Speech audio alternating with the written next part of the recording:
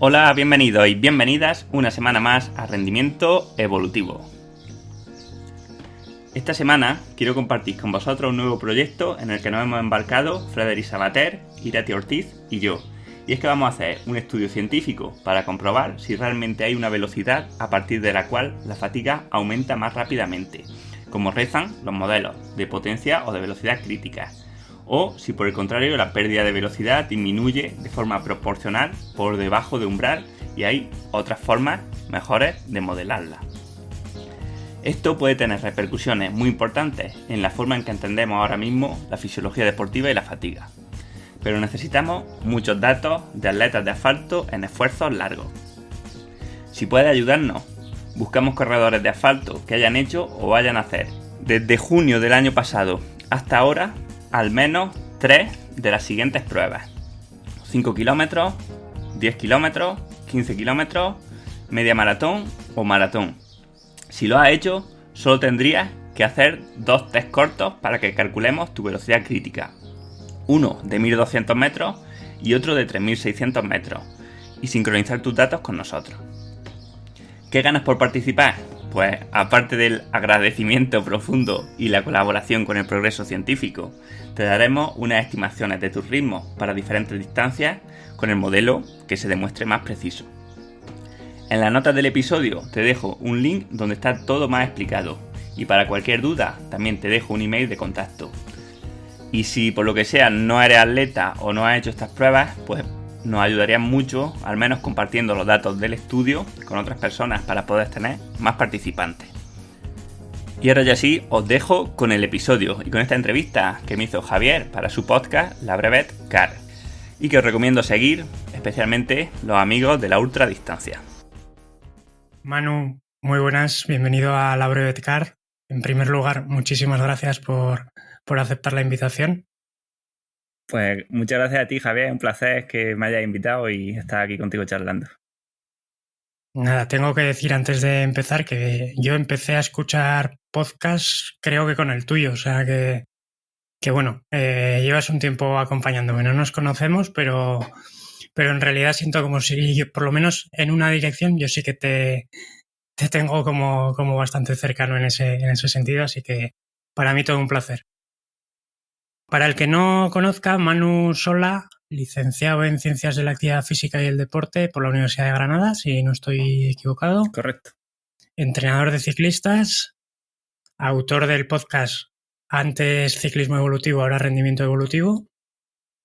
Y durante un espacio de tiempo también ciclista profesional en Caja Rural y en Burgos, no sé si era Burgos BH por aquella época o, bueno, el sponsor que fuese, pero de esa misma estructura.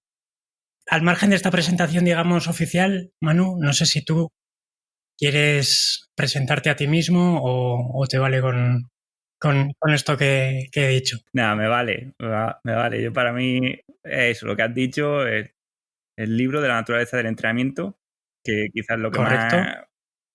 más orgulloso estoy, ¿no?, de lo que he hecho. Y ya está, y entrenador, podcaster. Sobre todo, yo creo que un apasionado del ciclismo, ¿no? Es lo que engloba todo a lo demás y con lo que ha ido naciendo todo esto. Sí, el ciclismo y ya pienso que no solo el ciclismo, ¿no?, sino en general el deporte, la montaña, el aprendizaje, los sistemas complejos, pero bueno, empezó por el ciclismo, por supuesto. Tengo que decir que yo me estoy leyendo el libro porque lo voy leyendo despacito porque tiene muchos conceptos muy interesantes pero muy nuevos y me suelo parar a hacer la digestión de estos nuevos conceptos que enseñas, pero la verdad que es una maravilla, así que se me había olvidado mencionarlo, pero en cualquier caso, dicho queda. Hemos dicho que, bueno, eres ciclista, entrenador, divulgador a través del podcast y a través de cursos de formación. ¿Con cuál de esas facetas te sientes más identificado? Pues es buena pregunta. Quizá con entrenador, ¿no? Porque es como, no sé, es como mi profesión, lo que llevo haciendo más tiempo, ¿no? Y es como, oye, ¿tú qué eres?, ¿no? Cuando me preguntan, ¿qué haces? ¿De qué vives? Pues digo, yo soy entrenador de ciclistas. Pero aparte hago cursos, aparte tengo un libro o aparte hago podcast, ¿no? Entonces, aunque está todo interrelacionado, diría que entrenador. Muy bien. ¿Qué significa? Hemos dicho que todo lo que aúna esto, además de todo lo demás, es la pasión por la bicicleta. ¿Qué significa exactamente para ti la bicicleta? La bicicleta como máquina, yo creo que para mí es una extensión de mi cuerpo. O sea, es una herramienta que me permite ser mejor, ¿no? Sería como algo biónico, ¿no? Y bueno, es la herramienta que me permite hacer mejor cosas que me gustan, ¿no? O sea, me permite hacer más deporte, me permite hacer rutas más largas o ir a sitios que no podría ir sin la bicicleta. Entonces, bueno, para mí es uno de los mejores inventos de la historia. Muy bien. ¿Y qué crees, precisamente relacionado con esto, qué crees que es lo que nos aporta la bici y por qué cada vez más, además, aquel que la prueba se siente enganchado de alguna manera? Uh-huh. Pues creo que al ser un invento entre comillas simple, o sea, creo que nos permite salvar bien la distancia que tenemos actualmente entre el mundo moderno en el que vivimos, ¿no? Con sus cosas tan específicas y tan, bueno, digamos, diferentes a lo que nuestro cuerpo, ¿no? O al ambiente o a los estímulos para los que nuestro cuerpo evolucionó y aquellos que esperamos, ¿no?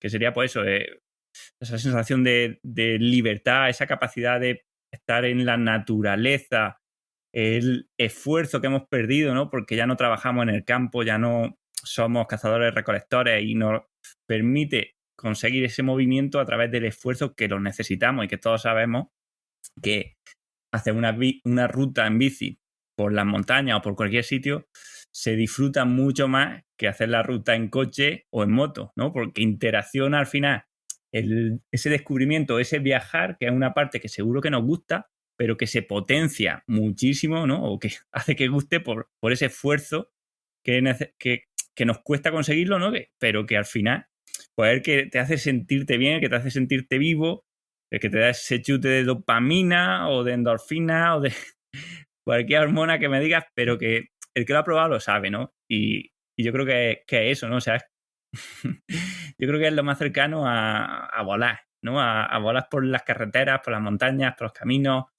O sea, a mí me gusta también mucho andar, ¿eh? Pero para andar y pasártelo bien tiene que ser por según qué sitio. Y en la bici puedes disfrutar de sitios que a lo mejor andando no, que serían muy monótonos, ¿no? O sea, que cruzarte la meseta, por ejemplo, andando, es una paliza, ¿no? Pero oye, hacerlo en bici, haciendo el Camino de Santiago, pues mola, ¿no? O sea, es como que la velocidad es suficientemente alta para que no te canses de ver el camino, pero no tan alta o no tan algo como viajar en coche que al final lo que estás deseando es llegar. Sí, mira, justo te iba a comentar eso de la velocidad, esto último que dices, que en alguna ocasión he escuchado precisamente esto, que es el vehículo que te da la velocidad justa para poder ver cosas en un espacio corto de tiempo, ver más cosas que si fueses caminando, porque la velocidad es superior, pero lo suficientemente lenta como para permitirte interactuar con el entorno, digamos, sumergirte también incluso a nivel cultural en los pueblos por los que pasas y además genera cierta facilidad para que los vecinos de los pueblos por los que pasas interactúen contigo ellos también, ¿no? Es algo bidireccional en ese sentido. Y me parece muy interesante lo que comentabas del esfuerzo y demás, porque sí que no me lo había planteado yo de esta manera, pero sí que es un medio, digamos, que nos reconecta, por decirlo de alguna manera, con nuestro yo evolutivo, por decirlo de alguna manera, ¿no? Con esa necesidad de movernos, esa... Por otro lado, también hoy en día, en un mundo tan tecnológico, es una actividad meramente analógica, ¿no? Que nos reconecta con nosotros mismos y a la vez nos desconecta del día a día y yo creo que es interesante esta reflexión. Uh-huh. Si tuvieras que elegir un momento de todas las vivencias que has tenido relacionadas con la bici y con el ciclismo, ¿cuál sería? tanto profesional como deportivo o... Sí. O si quieres decir dos, uno de cada, vaya. Es que los momentos así, esos momentos que dices, qué bien estoy, o sea, ojalá durase esto para siempre, son a veces en las rutas más mundanas y más anónimas, esas que haces tú solo, ¿no? Esos entrenamientos, no sé, yo cuando competía, por ejemplo, pues lo que más me gustaba eran esos entrenamientos largos, fondos por la sierra. Hombre, luego, por supuesto, cuando estás compitiendo, cuando tienes victorias, pues sí, el momento, por ejemplo, cuando esos 100 metros que ya sabes que vas a ganar, esos últimos 100 metros, es claro, es una sensación indescriptible, ¿no? Aunque muy corta también, porque dura poco. Es más agudo, ¿no? Digamos, el sentimiento de alguna Claro, es manera. mucho más agudo, La pero es una emoción. emoción inmensa, ¿no? Porque por lo que supone del trabajo y lo dificilísimo que es conseguirlo, ¿no? Al final, cuanto más difícil es algo, pues también más contento, ¿no? Más explosión de alegría si se consigue, ¿no? Entonces, pero yo te diría que los mejores momentos a nivel de bici han sido así, que ha sido pedaleando, entrenando con gente o solo. Y a nivel profesional, yo para mí es que ha sido el libro, ¿no? O sea, porque yo te podría decir que en el podcast que sí, que ha venido gente importante o gente que eran mi ídolo y que me ha encantado entrevistar, pero yo siento que me he realizado ha sido en el libro, ¿no? Donde yo creo que he dado lo que tenía y un poco más. Supongo que además es un trabajo muy de fondo, ¿no? El escribir un libro como el que has escrito, tan amplio en conceptos y tan profundo a la vez en cuanto a conocimiento. Supongo que pasas por todos los estados emocionales durante la fase de escritura y en el momento en que ya lo liberas de alguna manera pues todos esos frutos, ¿no? Digamos, se ven recompensados de alguna manera. Sí, al final pasas por decir, ¿por qué me metí aquí, no? ¿Qué estoy haciendo? Al final es muchísimo trabajo porque es que no es escribir. Escribe cualquiera. Es escribir, borrar, volver a escribir, investigar. O sea, cada párrafo requiere mucho tiempo. Pero bueno, tampoco tenía una expectativa así súper alta, ¿no? Sino yo decía, mira, por lo menos si me dejo ahora el entrenamiento, si paso a hacer otra cosa, ¿no? O sea, tampoco creo yo que esté toda mi vida haciendo lo mismo. Pero como decir, mira, dejo esto, ¿no? Como dejo esto y ya me voy a gusto, ¿sabes? Que luego a lo mejor no me voy, Sí. pero era algo así, ¿sabes? De decir, mira, me lo quito como el que hace la tesis, que dice, hago la tesis y a tomar por culo, pues un poco lo mismo. El legado, ¿no? Sí, Digamos, sí, ya sí. está ahí y además es como menos etéreo quizás, ¿no? Que los podcasts. Un libro es como más, yo lo percibo como más permanente de alguna manera. Hombre, claro, y tiene que estar todo trenzado, enlazado. Sí, es un paso más allá de los podcasts, de, oye, que todo tiene que tener sentido. Mira, pasando un poquito, ahora que hemos ya hecho esta parte más personal, por decirlo de alguna manera, me gustaría pasar a la parte, digamos, al núcleo de lo que, de la temática sobre la que trata este podcast, que es el ciclismo de larga distancia en general, pero del mundo randoner, de las breves y este otro submundo ciclista en particular. Yo no sé si tú lo conocías y si es así, ¿qué opinión te merece este otro ciclismo tan alejado quizá del mundo competitivo del que tú vienes y en el que tú sigues ahora con la faceta de entrenador? Vale. A ver, la conozco, aunque no demasiado. O sea, lo conozco por deportistas que tengo, ¿no? Por ejemplo, ahora entreno a una chica, Natalia, que ha hecho breve, ahora está preparando una de 1200 kilómetros y además la Acros Andes, o sea que, bueno, es una máquina, o sea, es alucinante lo que aguanta y además que hace buenos ritmos. Y, o sea, lo conozco de esto, ¿no? Nunca de haber participado. Y lo que dices del mundo competitivo, pues al final, claro, competir no tiene por qué ser competir contra otros, ¿no? Sino que uno puede competir simplemente consigo mismo, ¿no? Por mejorarse, por hacer un reto que quería lograr o o no tiene por qué competir en el deporte y competir en otros aspectos de su vida, ¿no? O sea, yo lo que he dicho muchas veces en mi podcast es como una defensa de la competición en cuanto a que negarla siempre creo que hay en contra de la naturaleza humana, porque nosotros competimos y si no compites en el deporte a lo mejor es porque estás compitiendo mucho en tu trabajo o estás compitiendo mucho por, yo qué sé, por ligar con una chica o por dinero, no sé, es que claro, las especies evolucionan gracias a la competición, ¿no? Entonces, yo digo que Sí, hay que está competir claro. y hay que colaborar. Y a lo mejor uno puede ser muy competitivo en su vida y luego irse a la brevet y ir de forma colaborativa y sin estrés porque va a desconectar o a disfrutar, ¿no? Y a lo mejor luego llega a la oficina y es un cabrón. Pero en la brevet va dándole comida a todo el mundo. Sí, sí. Efectivamente, alguna vez comentabas este punto, me alegra que lo hayas sacado porque sí que, pues eso, efectivamente, ahora te he entendido mejor quizá que en algunas de las veces. Yo siempre me he considerado en ese sentido una persona, digamos, poco competitiva, pero es verdad, poco competitiva quizá en la bici, ¿no? Ahora igual me haces plantearme en otras facetas si es así también o no. Me comentas que sí que tienes algún entrenando, digamos, algún cliente, Natalia has dicho, alguna chica, que ha participado en brevets, que va a hacer también a Cross Andes. En el momento en que alguien se pone en contacto contigo como entrenador y te plantea la opción de, mira, oye, voy a hacer 1.200 kilómetros, prácticamente del tirón, ¿no? O sea, se para, pero se para lo mínimo imprescindible. ¿Qué es lo primero que a ti como profesional se te pasa por la cabeza?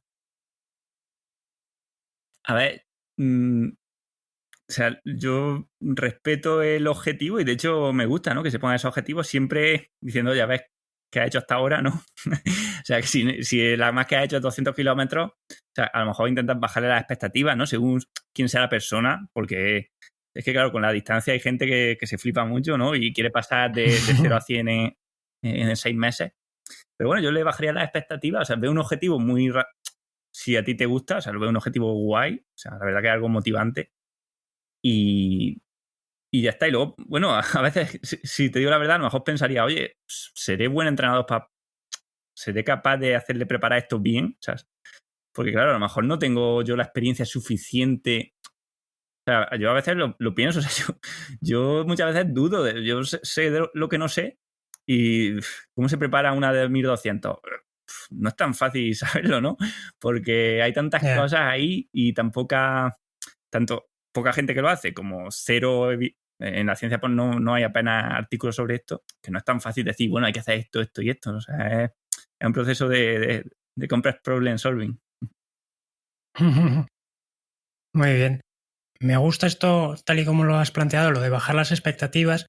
En este sentido, por ejemplo, en las brevets, por ejemplo, para participar en las de 1.200 generalmente, por ejemplo, en París-Brest, sí que te exigen haber hecho ese mismo año toda la serie completa, haber hecho una 200, una 300, una 400, una 600, y entonces ya puedes dar el salto, que sigue siendo un salto del doble de distancia, ¿no? Pero sí que digamos que el paso natural es hacer esa transición cada vez a más.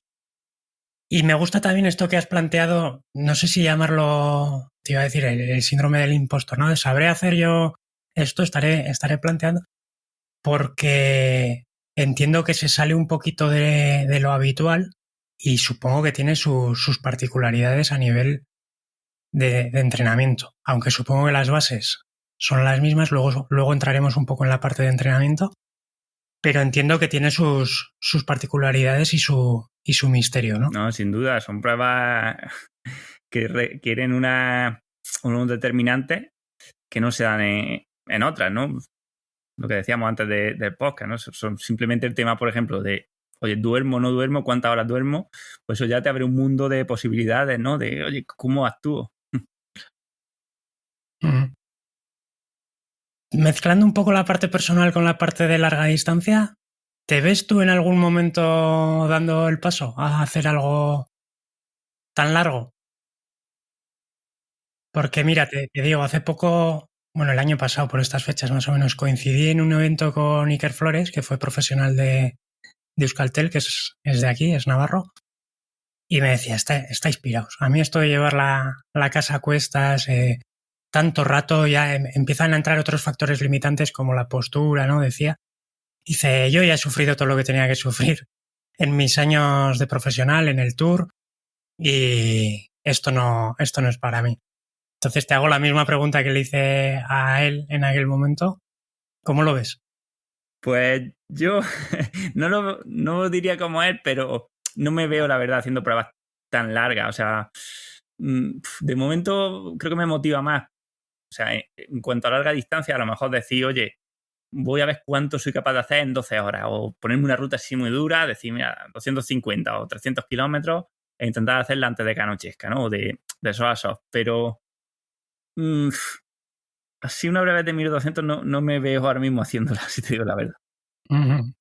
Vale. No, era simple curiosidad. Respecto a los sistemas complejos, que son a lo que más tiempo le estás dedicando, yo creo, últimamente, tanto de divulgación como de investigación, ¿cómo lo aplicarías o cómo está esto relacionado con, por ejemplo, en la larga distancia, ¿no? ¿Cómo se autoorganiza todos los sistemas del cuerpo? No sé si lo estoy diciendo bien, Manu? Corríjame. Pero ante esos esfuerzos tan prolongados, mantener la homeostasis, ¿cómo? O sea, no sé, al final hay factores, ¿no? Lo que hablábamos, no es solo la parte de vías energéticas, hay un montón de factores. Entonces, ¿cómo consideras que aplica la teoría de los sistemas complejos a todo esto? Vale.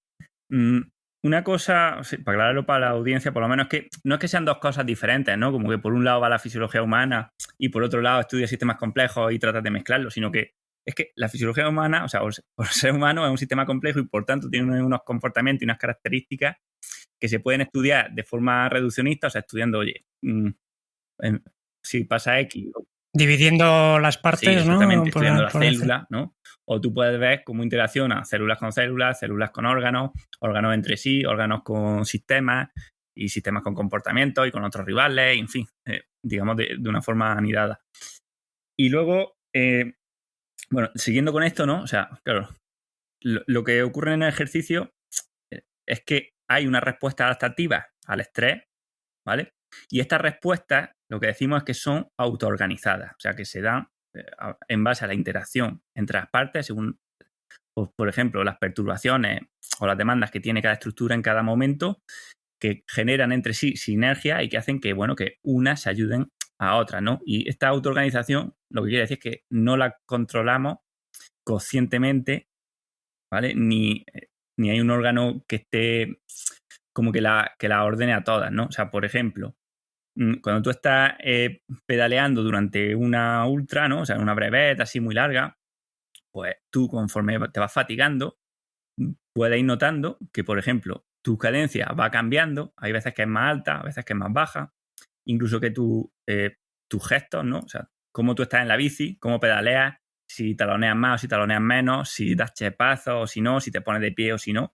Todo esto también se da de forma autoorganizada. Te sale la necesidad de cambiar la cadencia o de dar chepazos o de desconfigurarte o de pedalear de otra forma, porque va habiendo cambios en el organismo que se van compensando de otra forma, ¿no? O sea, si hay fatiga, por ejemplo, en las fibras lentas de los cuádriceps, ¿no? Porque ya llevas mucho tiempo pedaleando en una posición acortada, etcétera, va a tender a ponerte más tiempo de pie para hacer esa fuerza con el glúteo. O si tienes que hacer más potencia para subir una cuesta, va a tender de forma natural a hacer más potencia con el glúteo, ¿no? Entonces, bueno, son estas respuestas que se dan en todo el organismo, ¿no? O sea, no sé, imagínate en una breve larga, pues a nivel de termorregulación, ¿no? Cuando hace calor, pues tú estás en un estado normal y porque hay calor y porque el estrés genera esas demandas, pues va a ver que hay una serie de compensaciones. Por ejemplo, dejas de producir orina, ¿no? Tú sigues bebiendo, pero se paraliza la producción de orina e incluso la orina que ya tienes se puede volver a transformar en plasma mediante una serie de mecanismos. La sangre, por ejemplo, el corazón tiene que bombear más porque hay mucha sangre que va a ir a las extremidades para refrigerarse en vez de quedarse cerca de los órganos. Eso va a hacer que esa sangre extra, pues hay que robársela a algún órgano, ¿no? Pues se la roba por ejemplo, al sistema digestivo. Entonces, en una brevet muy larga y si encima hace mucho calor, la capacidad digestiva baja muchísimo, ¿no? Hay lo que se llama isquemia intestinal, pues tienes que ser muy cuidadoso con lo que comes. Y eso pues se da eso a termorregulación, los músculos, las vías energéticas, ¿no? O sea, cambia el uso de sustratos, porque, por ejemplo, en reposo, pues apenas vas a transformar el músculo en cuerpos cetónicos, en urea o en glucosa, ¿no? Sí, pero en una brevet tan larga y tan dura, ¿qué es lo que ocurre? Pues que vas a coger la energía de donde puedas, ¿no? Primero del glucógeno, se va a agotar, va a tirar de ácidos grasos intramusculares, de ácidos grasos de gluconeogénesis, va a tirar de aminoácidos ramificados de los músculos, va a tirar de autofagia, o sea, el cuerpo se va adaptando y va generando una serie de compensaciones al estrés que son, aquí lo que decimos, autoorganizadas, ¿no? Que se van, digamos, eso, sinergizando para poder mantener lo que es más importante, que es la función, ¿no? La tarea, el objetivo de la persona. Muy bien. En este sentido también entran, como decimos, ¿no? Además, me ha gustado el ejemplo que has puesto de la isquemia intestinal, has dicho, Sí. ¿no? Porque, por ejemplo, es uno de los problemas que he vivido yo en mis propias carnes, que a partir de X horas el estómago y el intestino dejan de hacer bien su función, aparecen náuseas, bueno, este tipo de síntomas desagradables, pero que son parte de estas compensaciones que comentabas. En este mismo sentido, entran otros factores, como te decía antes, como por ejemplo el sueño, ¿no? Lo comentábamos antes a micro cerrado. Además del esfuerzo per se, físicamente, aparece luego durante un evento de estos que son de varios días, el déficit de sueño, la privación, pues porque por el tiempo límite de la prueba o el motivo que sea, no se puede dormir el tiempo, digamos, deseable. Entonces empiezan a aparecer también pues otros factores, ¿no? Incluso gente que le dan alucinaciones, que se quedan dormidos encima de la bicicleta. ¿Cómo ves tú desde un punto de vista, digamos, de la estrategia, por decirlo de alguna manera, esto de la gestión de sueño? ¿Crees que es más eficiente dormir un poco más y luego rendir bien durante las horas efectivas de pedaleo? ¿O crees que quitar ciertas horas de sueño puede salir rentable? Yo creo que esto es muy personal y dependiente de la prueba. Pero, a ver, sabiendo que, no sé, en pruebas así como me dices, ¿no? De varios días, o sea, un mínimo de sueño seguro que tienes que tener, ¿no? O sea, porque es que si no, si te vas a dormir en la bici, si te vas a caer, si no vas a estar bien, o sea, todo lo que ganes en esa hora que no duermes, luego vas a estar peor, ¿no? Aparte de que a nivel mental, aunque sea esa hora de dormir, ya te hace como un reset, ¿no? De decir, oye, ayer fue ayer y hoy es hoy, ¿no? Porque si no estás, que no sabes ni qué día es, ni qué hora es, no, estás un poco atontado. Pero ya más de ahí, yo creo que no se puede saber. O sea, si tienes que dormir 4 horas, o 3, o 5, yo creo que tienes que probar, ¿no? Y aquí creo que está la ventaja de la persona que tenga experiencia, que sabe, ¿no? Ha probado, oye, en la primera carrera dormí 2 horas por la noche y fue muy poco y estaba atontado y casi me caigo, ¿no? Y luego en la siguiente, pues duermes más horas y ves qué pasa y vas afinando un poco lo que a ti te va bien, pero yo creo que no se pueden dar como recomendaciones. Vale. Mira, es curioso porque estoy totalmente de acuerdo en ese sentido contigo, porque, por ejemplo,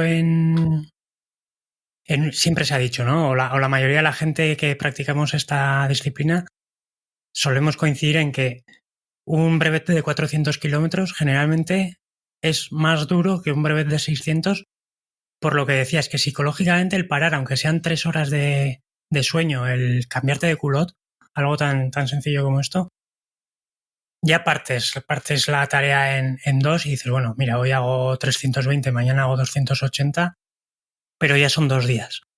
No es una tirada de 400 seguida, ¿no? Entonces, bueno, yo creo que es algo interesante y luego, pues fisiológicamente, evidentemente, cada uno además pues se entrena de una manera también en esa privación de sueño. Sí que hay eventos últimamente que están incluso obligando por reglamento interno a hacer paradas pues de cada 24 horas paradas de 4, un poco por tema de seguridad también, ¿no? Porque yo creo que además, una vez que entras en cierto estado de privación de sueño, no eres consciente de lo mal que estás. Las sensaciones se camuflan un poco. Yo Entonces, creo bueno, que además una cosa que creo que es importante es que yo diría que la privación de sueño no se puede entrenar. Tú te puedes acostumbrar, puedes hacer compensaciones para llevarlo mejor. Pero es una adaptación que no está dentro de las posibilidades adaptativas del ser humano. Es algo para lo que no hemos evolucionado. Para no dormir no hemos evolucionado. Entonces tú puedes llevarlo mejor, ¿no? Si haces todo bien, si te acostumbras, si tomas cafeína cuando tienes que tomarla. Pero nunca, por mucho que lo entrenes, no vas a llegar a no dormir, ¿sabes? O aunque no te haga falta. está claro, sí. Es así. Pasamos un poquito, si te parece bien, ya a la parte más de entrenamiento, aunque la hemos ido intermezclando de alguna manera. Te voy a hacer la primera pregunta que para mí es clave, que es, ¿cómo definirías la diferencia entre entrenar y andar en bici? Porque estaremos de acuerdo en que no tiene por qué ser lo mismo. Hombre, a ver. No tiene por qué ser lo mismo, pero puede serlo, ¿no? O sea, Puede cuando tú ser. andas en bici, en realidad estás entrenando, ¿no? Si lo vemos desde el punto de vista de que estás estimulando al organismo, estás entrenando, ¿no? Ahora, si es un plan de entrenamiento, un programa de entrenamiento seguido o planificado por un entrenador, claro, no. A esto me refería, a un plan estructurado de alguna manera, digamos. Y andar en bici, pues oye, hoy me apetece esto y me doy una vueltita y voy siempre a tope, con la soga al cuello. Digamos que no son el mismo concepto, por lo menos yo no los entiendo así. Pero bueno, ¿cómo los definirías uno y otro? Similitudes y diferencias. Mm, a ver, es que, claro, depende de cada uno cómo se lo tome o cómo sea el plan. O sea, creo que un error de lo que es el entrenamiento tradicional de siempre es asociar el entrenamiento con sacrificio, con no poder hacer lo que te gusta, con no escuchar a tu cuerpo y tus sensaciones.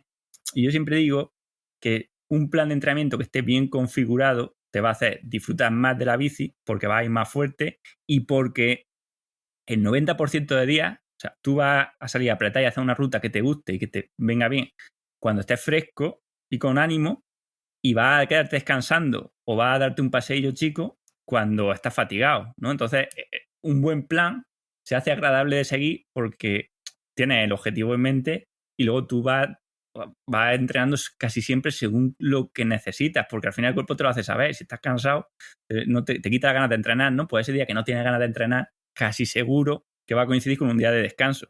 Y el día que tienes ganas de entrenar, casi seguro que va a coincidir con un día fuerte. Entonces, creo que no hay que dejar, que no hay que confundir seguir un plan con disfrutar, ¿no? Porque yo creo que la mayoría de días puedes disfrutar, aunque haya días que, obviamente, pues tendrás que hacer algo más específico.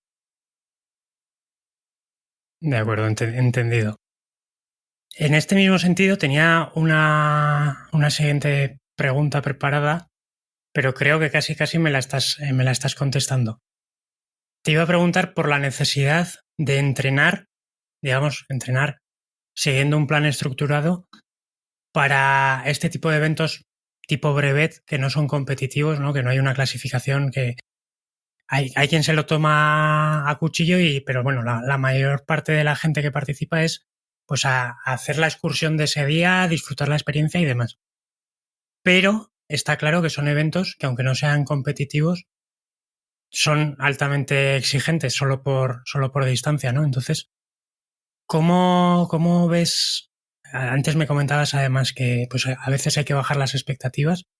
¿Cómo de necesario crees que es seguir un plan de entrenamiento para este tipo de eventos? A ver, para estos eventos, lo que necesitas, y más ya en los kilómetros que nos estamos moviendo, es estar en forma, ¿no? Porque es que si no, ni disfrutas, lo primero, porque es que vas a sufrir casi desde el principio, pero es que además tienes mucho riesgo, ya no solo de lesión, sino de que te dé cualquier cosa, ¿no? Hasta un paro cardíaco. O sea, la gente que tiene problemas de verdad, ¿no? Y la gente que le da, pues, paros cardíacos, historias así, casi siempre es gente que se va muy por encima de lo que podría, ¿no? Que al final el corazón es otro músculo más Pues igual que el músculo lo puedes romper si te pasa, el corazón también, sin entrenamiento te metes a hacer bestia, ¿no? Entonces, eso lo digo porque lo que decíamos antes, ¿no? O sea, creo que la gente infravalora lo que es el volumen, ¿no? Y la larga distancia, y pasa oye, de tener una forma física moderada a meterse en una breve muy larga, ¿no? O un Ironman o cualquier historia, ¿no?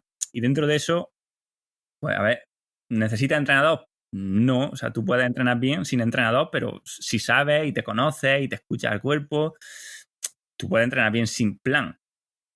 Pero bueno, el riesgo de que te equivoques es más alto, ¿no? Y en especial por la gente que no tiene mucha experiencia. Al final también puede estar dando palos de ciego, ¿no? Entrenando mal o andando menos entrenando que si no entrenases de forma planificada. O sea, creo que hacerles bien las cosas pues suma, desde luego. Desde luego, desde luego. En este sentido, por ejemplo, ¿qué recomiendas? Ya sé que además alguna vez has comentado, ¿no?, la esclavitud de los datos últimamente y demás, aunque yo creo que también hay quien te ha malinterpretado en ese sentido, porque no dices que no vengan bien, sino que no hay que volverse esclavos de ellos. ¿Consideras útil en este tipo de eventos un potenciómetro al ir a intensidades más bajas con medir la frecuencia cardíaca es suficiente? ¿Cómo lo ves en este sentido? Sí, bueno, te agradezco primero lo que dices de malinterpretación, porque es que es verdad, o sea, en esto de la potencia y en todas las cosas, o sea, creo de verdad que hay mucha gente que busca solo extremismos, ¿no? Y si dices que los datos no son la panacea, ¿no? O que no son tanto como se dice, ya dicen, bueno, es que tú vives en el paleolítico, ¿no?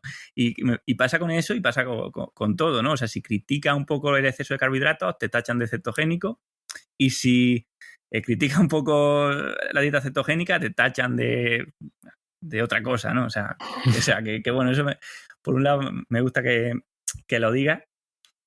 Y luego, pues, por supuesto que va a venir bien, o sea, 100%. Te puede venir bien para controlar el ritmo, sobre todo al principio de la breve. O sea, si tú lo llevas bien manejado, pues los vatios te van a servir mucho. Luego ya al final, en la última parte, pues quizás es mejor ni mirarlo, ¿no? Porque, mira, si no voy a más es porque no puedo, ¿no? O sea, voy reventado, llevo 1000 kilómetros, ¿no? O sea, apaga todo porque es que no quiero ver nada. Muchas veces ni la distancia quiero ver, ¿no? Pero sí que te puede ayudar y pues el pulso también, ¿no? Y además ver ese desacople y cómo va evolucionando, porque tú sabes que cuando hagas una breve, si llevas vatio y llevas pulso, pues si por ejemplo vas a vatios estables, el pulso va a ir subiendo durante la hora y durante los días, ¿no? Pues controlar que eso no se vaya de madre, porque te puede estar diciendo a lo mejor que o te está deshidratando o está acumulando más fatiga de la que esperabas, ¿no? El pulso es utilísimo en la breve, ¿no? Porque te va a indicar qué zona metabólica, ¿no?, estás trabajando, en qué dominio de intensidad, porque aunque tú vayas a vatios de zona 1 o de zona 2, si el pulso lo llevas en zona 3, es porque estás trabajando en zona 3, ¿no? O sea, las demandas... La carga interna, ¿no? La carga interna famosa es más diferencia. alta. Y la Claro. percepción de esfuerzo, que bueno, se viene de serie. Y a lo mejor al principio, es verdad que en una breve, a lo mejor te engaña un poco al principio de que puede ser que te pases, ¿no? O sea, son tantos kilómetros que a lo mejor no sabes medirlo. Bueno, a ver, yo también la usaría, ¿no? Pero a lo mejor puedes usar los vatios y el pulso al principio y luego ya la percepción de esfuerzo. Mira, has comentado una cosa respecto al desacople cardíaco, la deriva, que efectivamente, si tú mantienes para el que no sepa, ¿no? Y corrígeme si me equivoco, que tampoco soy un experto, si tú mantienes unos vatios estables, el pulso tiende a ir subiendo y al revés, si mantienes un pulso estable, los vatios tienden a ir cayendo con el paso del tiempo. Sin embargo, en estos eventos de larga distancia, y yo creo que es por un tema de fatiga, pero es lo que te quiero preguntar, llega un momento en que el pulso deja de subir. Que tú sigues y quieres hacer un esfuerzo un poco más intenso y el pulso no sube. ¿Qué lectura sacamos de esto? Porque en eventos de más de un día, o si te has pasado al principio o con esa privación de sueño que comentábamos, esta situación se suele dar. ¿Cómo la interpretamos, Manu? porque se sigue cumpliendo. O sea, es que cuando vas fatigado el pulso no sube, pero los vatios menos, ¿sabes? Entonces, claro, eso porque hay mucha fatiga periférica, ¿no? Sobre todo en las piernas, ya sea a nivel de sustrato, normalmente, ¿no? O sea, no hay glucógeno suficiente, entonces no hay, digamos, ese combustible que necesitamos para ir a altas intensidades sin tanto esfuerzo. Entonces, o porque hay destrucción muscular, ¿no? De que ya son muchas horas, ¿no? Imagínate corriendo a pie, habría mucha más destrucción muscular. Entonces, claro, el problema es que no sube el pulso porque ya no tienes la capacidad de generar el suficiente trabajo, ¿no? Los suficientes vatios para que suba, ¿vale? Pero eso no quiere decir que se rompa, simplemente que los vatios también han bajado. O sea, si llevas potenciómetro lo verás, seguramente. Vale, entendido.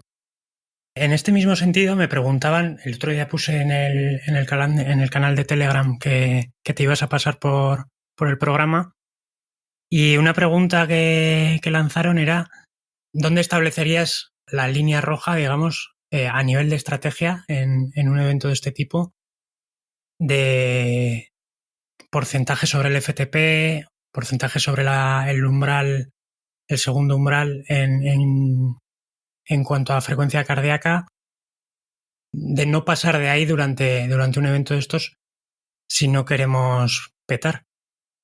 Hombre, siendo muy optimistas, ¿no? Y depende de la prueba, ¿no? Pero en todas estas, como mucho, el primer umbral del lactato, ¿no? El primer umbral, lo que separa la zona 2 de la zona 3. Estaríamos hablando más o menos del 85, o vamos a poner mejor, incluso el 80% del FTP. ¿Vale? Eso sería como el límite alto. Y en pulso igual, en pulso estaría al 90% aproximadamente, 85-90% del pulso al segundo umbral. Eso sería línea roja, ¿vale? Que de media tampoco vas a poder ir a eso, ¿no? De media seguramente vayas bastante por debajo, pero claro, sin poder decir más, ¿no? O sea, sin meterme en el caso de cada uno, yo diría que por encima de eso no deberíamos pasar. Supongo que, hablando un poco de potencia, si analizamos la curva de potencia de una persona especialista en este tipo de eventos, quizá no es tan importante el FTP, ¿no? Además, como luego en esas horas, no sé, sobre todo la eficiencia energética quizás, o ¿cómo ves esta parte? ¿Es importante hacer un test de FTP si contamos con potenciómetro, o es más una referencia para las zonas de entrenamiento, pero no tanto para el día de la prueba? Claro, el FTP sería una referencia para coger zonas de entrenamiento, ¿no? Pero, bueno, claro, no es lo que te va a determinar directamente tu rendimiento en la brevet. Lo que ocurre es que está muy relacionado. O sea, porque al final es capacidad aeróbica, ¿no? Entonces, todos los esfuerzos aeróbicos, ¿no? O sea, si tu sistema aeróbico es bueno, si tienes mucha mitocondria, si tienes buena capilarización muscular, si tienes buen consumo de oxígeno, al final vas a ser bueno en una hora y vas a ser bueno en muchas horas, ¿no? ¿Qué pasa?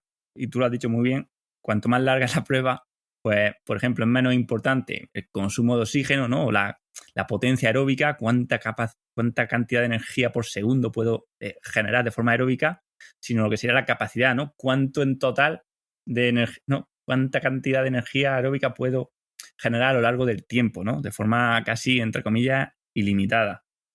Y luego la eficiencia, que quizás es lo más importante, ¿no? Un 1% de eficiencia es muchísimo, ¿no? En una prueba así. ¿Con la eficiencia qué pasa? Pues que lo primero no podemos medirla sin hacer un análisis de gases, por lo menos, con un buen potenciómetro. Entonces, bueno, la persona normal no puede medirla y tampoco sabemos 100% cómo mejorarla, ¿no? Lo que se ha visto, por ejemplo, es que el entrenamiento de fuerza, ¿vale? No tiene que ser en gimnasio, ¿no? Pero bueno, el entrenamiento de fuerza mejora la eficiencia, ¿no? Por lo menos eso es lo que hemos visto. Y luego, si mejora más haciendo series de una forma o series de otra, ya creo que no llegamos a saberlo, ¿no? Seguramente mejore entrenando, ¿no? Metiendo horas. Pero bueno, la eficiencia, por supuesto, es clave. Vale, entendido. En este sentido, me surge otra pregunta. En un plan estructurado, en tu caso, por ejemplo, como entrenador, cuando te viene alguien como esta chica que comentabas al principio, Natalia, y te plantea un objetivo de estos, ¿Cuál es digamos, el pilar número uno? Quiero decir, voy a intentar plantear la pregunta lo más fácil posible. ¿Es el acumular volumen para mejorar esa eficiencia, para producir más mitocondrias, como decías, es la clave número uno? ¿O esas series cortas de VO2, de potencia aeróbica, incluso de trabajo anaeróbico? Anaeróbico ya sabemos que son vías metabólicas mixtas, pero vamos, por entendernos. Son también importantes en este tipo de eventos, teniendo en cuenta que generalmente no te vas a pasar de esa línea roja prácticamente en ningún momento.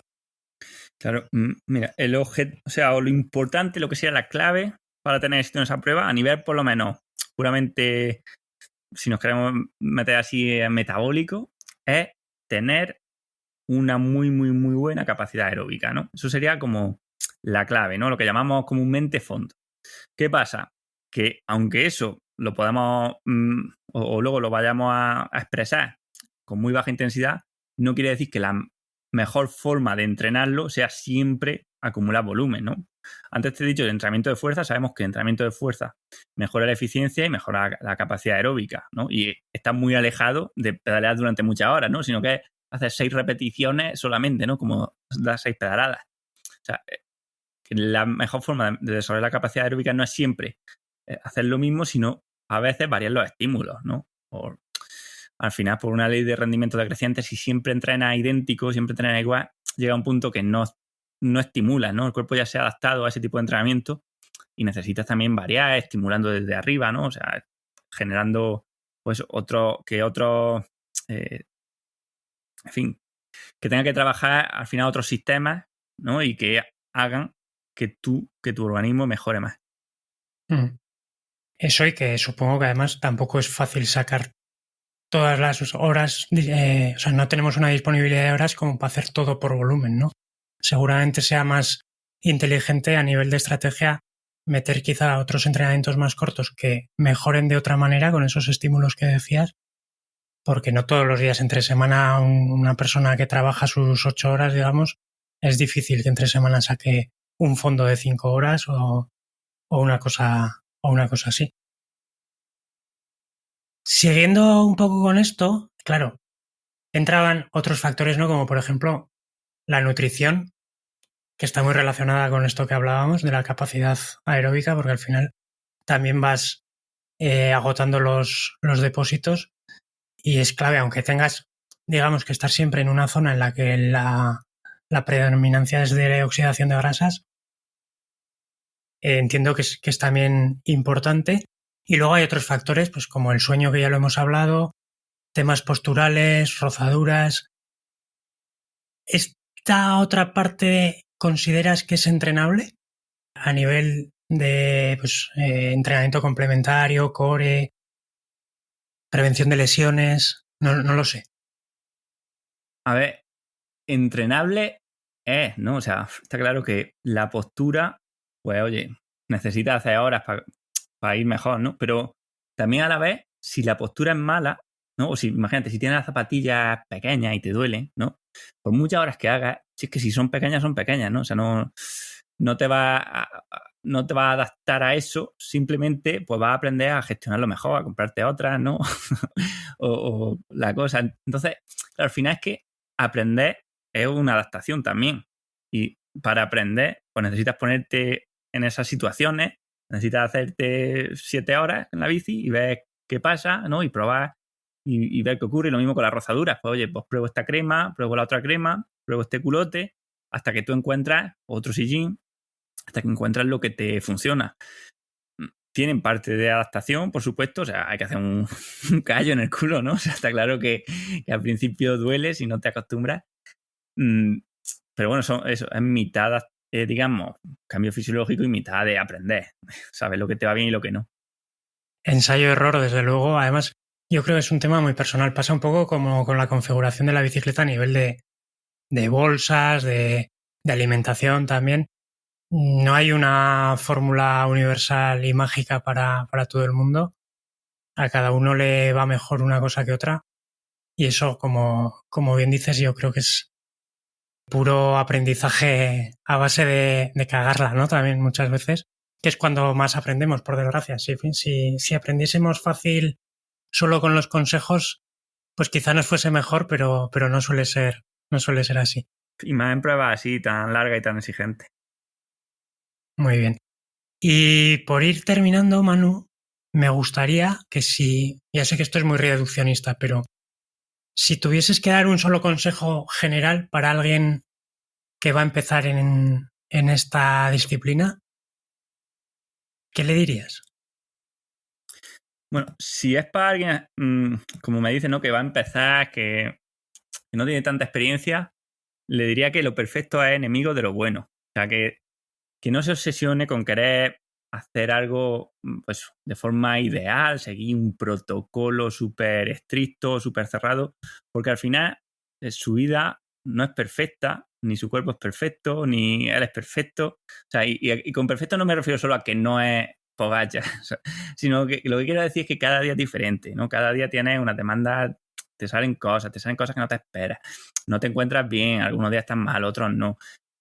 Pincha, no pincha. O sea, creo que hay que intentar buscar algo que sea bueno, pero que deje como un margen de error, ¿no? De cosas que van a pasar y que no queráis como con todo con el agua al cuello, no tanto en horarios como en entrenamiento, como en la nutrición. O sea, yo es que el principal error que veo es ese. O sea, gente que, venga, me pongo a dieta súper restrictiva. Se tiran 2, 3 semanas a dieta, bajan un montón de peso, pero luego empiezan a fallar. Porque es que le ha pasado. Siempre hay una excusa, ¿no? Pero la realidad es que vas por encima de lo que puedes sostener en el tiempo. O sea, lo importante es que tú encuentres una forma de comer que puedes mantener 1 año, 2 años, 3 años durante toda la vida, ¿no? Pero eso pues, va a pasar porque no va a vivir en hambre continua ni a base de fuerza de voluntad toda tu vida. Claro, lo comentabas además en el episodio de este lunes, algo parecido, ¿no? Sí. Que al final se trata de cuadrar el integrar esos hábitos y que deje de suponer un esfuerzo, ¿no? Por resumirlo de alguna Claro. manera. O Mira, eso es lo que entendí yo. Sí. Dime.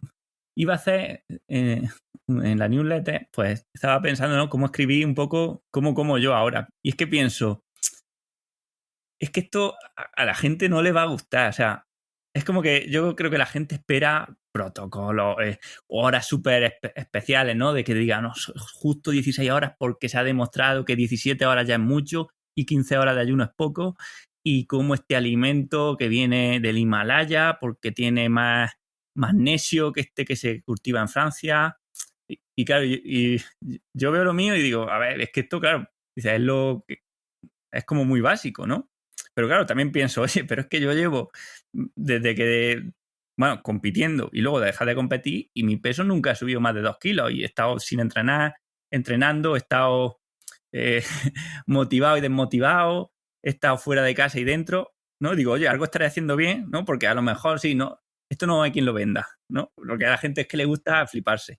Pero desde luego tiene éxito, ¿no? Por lo menos para mí está teniendo éxito. Entonces, eso es lo que quiero transmitirles, ¿no? Que no busquen algo perfecto, el protocolo de no sé qué influencers, ¿no? Que con historias rarísimas, sino, oye, saber los principios y aplicarlos bien, pero dentro de tu contexto que no es el mismo de nadie y que cada día es diferente. Muy bien. Además, yo creo que tenemos cierta tendencia a complicarnos nosotros solos cuando generalmente lo que funciona a veces es bastante más simple, ¿no? De alguna manera. Lo que ha funcionado toda la vida, quiero decir. No me acuerdo cómo se llama, es la ley de... La voy a cagar si digo una. Pero que lo hablaba Taleb, ¿no? También que algo que lleva ya muchos Lenin. años... Esto, correcto. Gracias. Cuantos más años lleva funcionando algo, más posibilidad de que siga funcionando de aquí a un tiempo, más que las modas y las nuevas tendencias que surgen cada poco tiempo, ¿no? Por resumirlo, muy mal dicho, pero viene a ser algo así. Sí, dicen que también que no hemos cansado de escuchar a la gente decirnos que hay que cenar verduras con un poco de cereales integrales y un poco de proteína. Y ahora ya pues, lo que queremos es, o sea, como que eso ya nos lo sabemos. Entonces ahora ya empieza la ida de olla. Nos lo sabemos, pero no lo aplicamos muchas veces. Claro.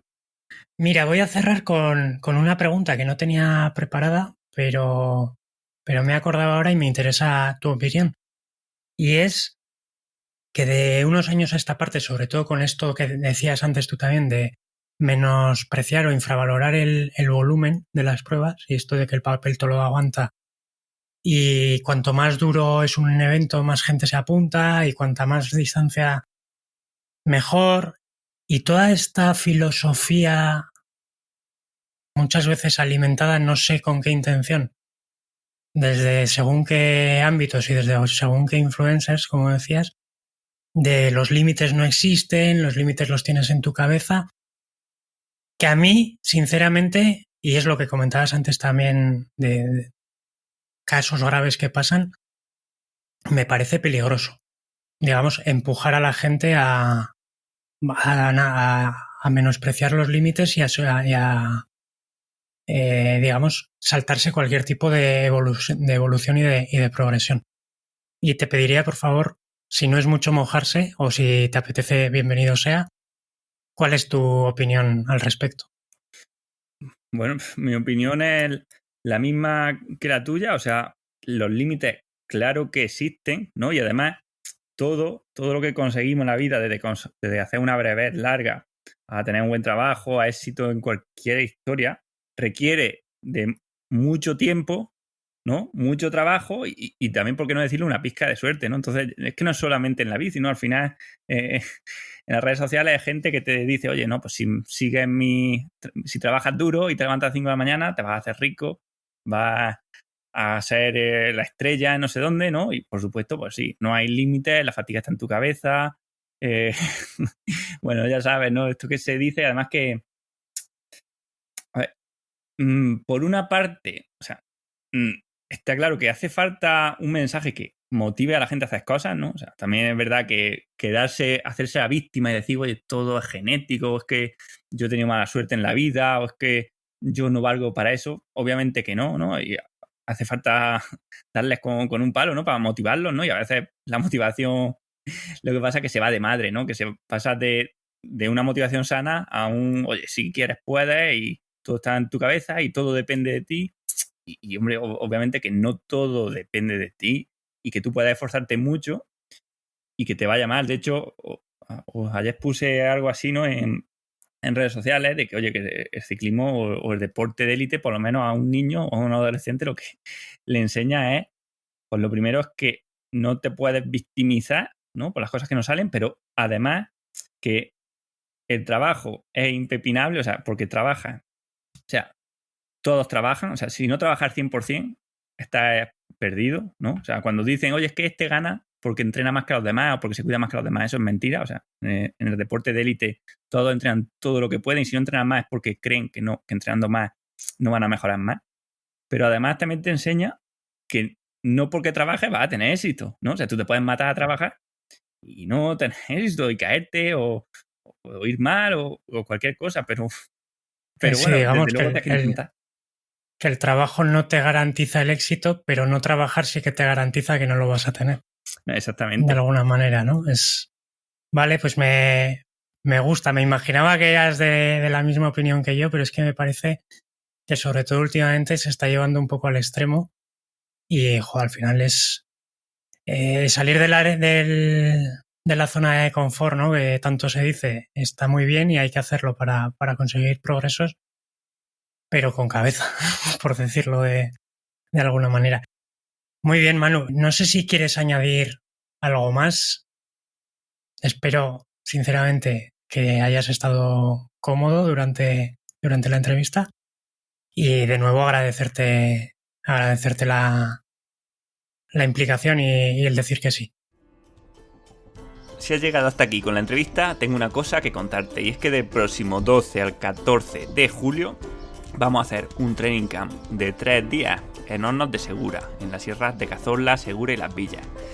¿En qué consiste? Son 3 rutas por los puertos más míticos y emblemáticos de la zona, ¿vale? Será viernes, sábado y domingo, rutas a ritmo libre, donde haremos algunos puntos de reagrupamiento y además vendrá un coche de apoyo para todo lo que podáis necesitar. Además, haremos charlas formativas muy aplicadas sobre entrenamiento, sobre nutrición evolutiva. Haremos un taller para hacer pastelitos de arroz de forma fácil. También hablaremos de técnicas psicológicas para soportar mejor el esfuerzo.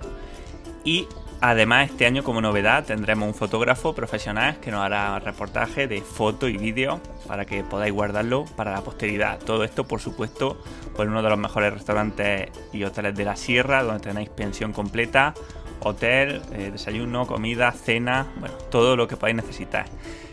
Y dicho esto, sé que mucho lo que me habéis dicho es que en Jaén, en julio, va a hacer mucho calor. Y bueno, yo quiero quitaros ese miedo, porque realmente, aunque sea provincia de Jaén, es otro mundo. O sea, venir a la alta montaña, las rutas son 95% entre sombras.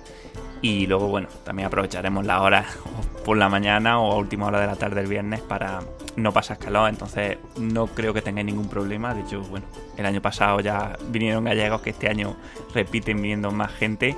Así que espero que los del resto de España no seamos menos. Si estáis interesados, os dejo un enlace también en las notas del episodio. Y así, hasta la semana que viene.